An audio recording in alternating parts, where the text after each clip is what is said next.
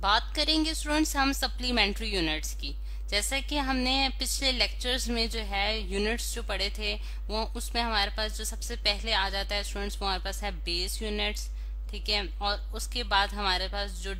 Base unit से जो quantities drive की जाती हैं उनको हम क्या कहते हैं, हम ड्राइव यूनिट्स कहते हैं। ठीक है, अब इसके अलावा यानी कि अब इसकी मैं आपको एक थोड़ा सा रिव्यू कराने के लिए इन सबको, तो मैं आपको इसका एक जो है वो भी दिखा देती हूँ टेबल्स, जिसमें हमने जो है वो बेस यूनिट्स को जो है वो स्टडी किया था। ये हमारे पास उसका टेबल आ गया स्टूडेंट्स के। इसमें आप देख सकते हैं कि हमारे पास जो बेसिक यूनिट्स हैं उनमें हमारे पास लेंथ, मास, टाइम, इलेक्ट्रिक करंट, टेम्परेचर और ल्यूमिनस इंटेंसिटी और ये वाली जो है 7 जो है हमारे पास यूनिट्स आ जाते हैं, और इनसे हम जो है वो कुछ ड्राइव करते हैं यूनिट्स, और वो हमारे पास जो है वो ये है। ठीक है, अब ये तो हमने बेस यूनिट्स और ड्राइव यूनिट्स देख लिए, लेकिन इनके अलावा हमारे पास एक थर्ड यूनिट जो कि फिजिक्स में डिफाइन किया जाता है वो है हमारे पास सप्लीमेंट्री यूनिट्स। अब सप्लीमेंट्री यूनिट्स जो है स्टूडेंट्स वो बेसिकली क्या करते हैं कि हमारे पास ज्योमेट्रिकल क्वांटिटी को डिफाइन करने के लिए हमने जो है ये यूनिट्स इंट्रोड्यूस कराए थे। और यूनिट्स आप देख सकते हैं कि बेस यूनिट्स में भी और ड्राइव यूनिट्स में हमारे पास एंगल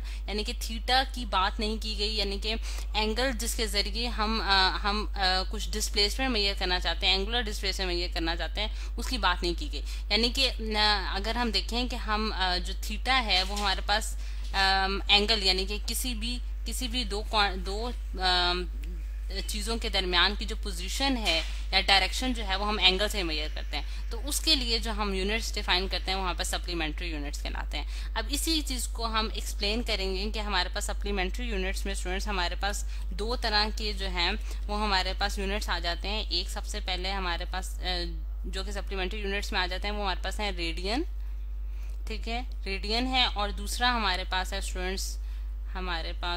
दूसरा हमारे पास है स्टेरेडियन। ठीक है, अब ये रेडियन और स्टेरेडियन जो है इसको हमने स्टडी करना है। रेडियन जो है स्टूडेंट्स हमारे पास जो है वो 2 डायमेंशनल प्लेन में जब हम एंगल मेजर करते हैं तो उसके लिए हम रेडियन जो है यूनिट यूज करते हैं, यानी कि ये 2 डायमेंशनल प्लेन यूनिट है हमारे पास। और अगर हम 3 डायमेंशनल की बात करें, यानी कि अगर हम सॉलिड एंगल की बात करें 3 डायमेंशन में, तो हम जो है वो स्टेरेडियन की बात करेंगे। अब रेडियन का जो कॉन्सेप्ट है यानी कि 1 रेडियन जो है वो हमारे पास किसके बराबर होता है और उसको हम किस तरह से निकालते हैं उस चीज को समझने की कोशिश करते हैं। रेडियन जो है वो हमारे पास कब आता है, यानी कि अगर मेरे पास 2 डायमेंशनल प्लेन में एक सर्कल में ड्रॉ करती हूँ स्टूडेंट्स, और उसमें हमारे पास अगर मैं एक ऐसी मतलब कि उसमें से एक ऐसा प्लेन कट करूं, ठीक है, जिसका मेरे पास जो है क्या हो कि ये जिस तरह से ये रेडियस है, यानी कि हमारे पास सेंटर से सरकमफ्रेंस तक का जो डिस्टेंस है स्टूडेंट्स वो हमारे पास क्या कहलाता है, रेडियस कहलाता है। ठीक है, और अगर मैं रेडियस यानी कि ये भी हमारे पास रेडियस होगा, ये भी हमारे पास रेडियस होगा, और ये उसका सेंटर पॉइंट है जो कि सर्कल का है।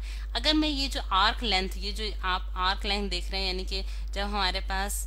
जो आपको थोड़ी सी एक टिल्टेड यानी कि स्ट्रेट नहीं है बल्कि आर्क शेप में जो आपको लेंथ नजर आ रही है, अगर ये लेंथ जो है हमारे पास रेडियस के बराबर हो जाए यानी कि आर के बराबर हो जाए, यानी कि यहाँ से यहाँ तक का जो हमारे पास डिस्टेंस है स्टूडेंट्स, अगर मैं ए से बी तक का डिस्टेंस कहती हूँ, ए से बी तक का जो हमारे पास डिस्टेंस है वो हमारे पास ओ ए के बराबर आ जाए, यानी कि A B is equal to O A के हमारे पास बराबर आ जाए, तो हम ये कहेंगे कि ये जो एंगल है यानी कि ये जो एंगल है थीटा, ये हमारे पास किसके बराबर हो जाएगा, 1 रैड के बराबर हो जाएगा। और रैड जो है वो हमारे पास इसका जो है वो सिंबल है, यानी कि हम जो इसके लिए रेडियन के लिए जो शॉर्ट फॉर्म यूज करते हैं वो रैड की RAD। ठीक है, अब ये जो है स्टूडेंट्स यानी कि theta is equal to 1 rad जो है वो हमारे पास इस तरह से आता है कि अगर हमारे पास जो आर्क लेंथ है यानी कि यहाँ से यहाँ तक ए से बी तक वो हमारे पास जो है वो रेडियस की लेंथ के बराबर आ जाए। और इसके लिए हम ये भी देखते हैं कि हमारे पास जो S is equal to R theta का स्टूडेंट्स फॉर्मूला है, उसके जरिए अगर मैं theta is equal to S divided by R लिखूं, और R जो है वो जो S जो है स्टूडेंट्स हमारे पास किसके बराबर है, आर्क लेंथ के बराबर है, और क्योंकि वो भी रेडियस के बराबर आ जाती है तो इसलिए हम ये कहते हैं कि 1 रैड के बराबर है। और इसमें स्टूडेंट्स हमारे पास एंगल थीटा यानी कि थीटा एंगल हमारे पास किसके बराबर हो होगा तो वो हम देखते हैं कि हमारे पास 57.3 डिग्री के बराबर आता है, यानी कि थीटा इज इक्वल टू अगर 57.3 डिग्री हो जाए तो हमारे पास 1 रेडियन के बराबर आ जाता है। और ये जो 57.3 डिग्री है ये हम नेक्स्ट लेक्चर्स में देखेंगे कि हम इसकी वैल्यू जो है ये किस तरह से कैलकुलेट करते हैं। लेकिन अभी के लिए मैं आपको सिर्फ ये बताना चाह रही हूँ कि हमारे पास 1 रेडियन जो है वो किन किन मतलब किस चीज के बराबर आ सकता है हमारे पास। और ये एंगल जो है वो बेसिकली क्या होता है कि प्लेन में अगर हम एंगल मेजर करें तो हमारे पास 2 डायमेंशन प्लेन में तो हम ये देखते हैं कि हमारे पास 1 रेडियन जो है वो किस चीज के बराबर आता है। अब स्टेयर रेडियन की बात कर लेते हैं। स्टेयर रेडियन में हमारे पास स्टूडेंट्स ये होता है कि हम 3 डायमेंशनल प्लेन में अगर देखें, यानी कि 3 डायमेंशन में आप सफेयर की बात करेंगे, आप सर्कल की बात नहीं करेंगे। अब यहाँ मैं एक सफेयर ड्रॉ करने जा रही हूँ, लेकिन आप क्योंकि मैं 3 डायमेंशनल फिगर नहीं बना सकती इसलिए जो है आपने इसको एज अ सफेयर कंसिडर करना है। ठीक है, ये 3 डायमेंशन सफेयर है और सफेयर के अंदर अगर मेरे पास मेरे पास जो सॉलिड एंगल होगा, यानी कि आप एक कोन की तरह का आप उसमें ड्रॉ करेंगे क्योंकि ये 3 डायमेंशनल सफेयर है। और उसमें जो हमारे पास स्टूडेंट्स अगर ये centre point of the circle है, ये हमारे पास सेंटर है और इस सफेयर का, ठीक है, और उसमें मेरे पास ये जो लेंथ है यानी कि सेंटर से लेके उसके सर्कमफ्रेंस तक की जो हमारे पास लेंथ होगी स्टूडेंट्स वो हमारे पास आर के बराबर होगी। यहाँ पे मैं आर लिख देती हूँ, ठीक है। और अगर जो प्लेन का यानी कि ये जो आप देख सकते हैं कि ये वाला अगर मैं इसको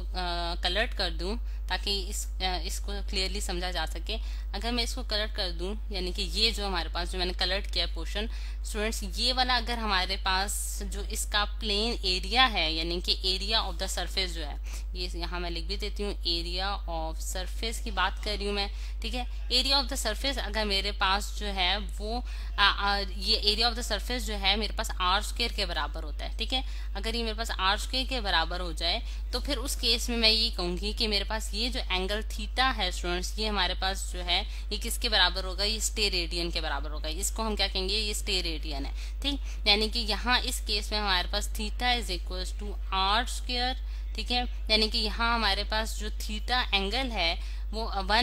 थीटा जो है वो यहाँ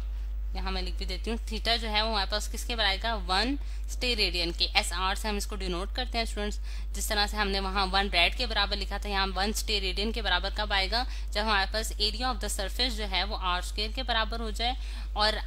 यानी कि स्क्वायर ऑफ द रेडियस के, यानी कि रेडियस के स्क्वायर के बराबर हो जाए। तो उस केस में हम कहते हैं कि ये जो एंगल थीटा है ये हमारे पास 1 स्टेयर रेडियन के बराबर होगा। अगर हम देखें स्टूडेंट्स कि ये दोनों जो यूनिट्स हैं बेसिकली हमारे पास रेडियन और स्टेयर रेडियन, ये बेसिकली डायमेंशनलेस हैं। डायमेंशनलेस इनको क्यों कहा जा रहा है, यानी कि ये डायमेंशनलेस यूनिट्स इसलिए कहलाते हैं हमारे पास स्टूडेंट्स कि हम अगर देखें कि जिस रेशो से ये निकाले गए हैं, यानी कि रेशो आप देख सकते हैं कि हमारे पास रेशो क्या होती है कि 2 सेम क्वांटिटीज के दरमियान जो हम लेते हैं, ठीक। यानी कि अगर यहाँ एस को देखें तो वो भी हमारे पास मीटर्स में मेजर किया जाएगा और रेडियस भी हम मीटर में मेजर करेंगे, तो मीटर जो है वो कैंसिल हो जाएगा, इसलिए ये 1 रेड जो है वो एक डायमेंशनलेस यूनिट बन जाता है। बिल्कुल इसी तरह 1 जो हमारे पास रेडियन है वो भी हमारे पास area of the surface divided by the radius के बराबर होता है। तो एरिया ऑफ द सर्फेस जो है वो हमारे पास आर स्क्वायर के बराबर आता है और डिवाइडेड बाय द रेडियस जो है वो भी हमारे पास जो है